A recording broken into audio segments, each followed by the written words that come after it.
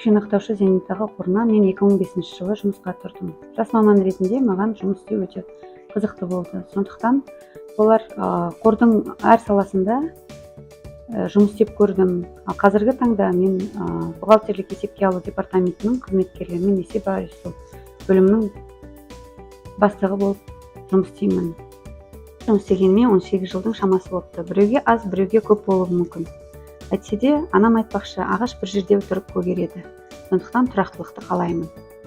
Әріптестерімнің ортасында беделім жоғары, білікті маманмын. Қорда атқарған қажырлы еңбегім еленіп, ордендер мен құрмет грамоталарымен марапатталдым. Бухгалтерлік мамандықта жұмыс істеген өте ауыр, қырағылықты талап етеді. Дегенмен мен өз жұмысымды жақсы көремін. Зейнетақы қорлары көп болған кезде келісім шартпен жұмыс істейтін 2000-нан аса агенттер болды бізде.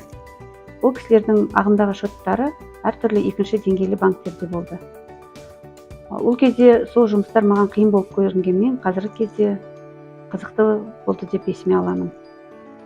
Бүкіл зейнетақы жүйесі бір жүйеге жинақталған кезде де көптеген қиын жұмыстар атқарылды. Бүгінгі таңда зейнетақы жүйесіне 25 жыл толып отыр. Осыған орай Қазақстан халқын және де әріптестерімді құттықтаймын. Елімізде әрқашан бейбітшілік болсын. Әріптестеріме жұмыста табыс тілеймін және де мерейлері үстем болсын. Қорымыз әрқашан дами берсін.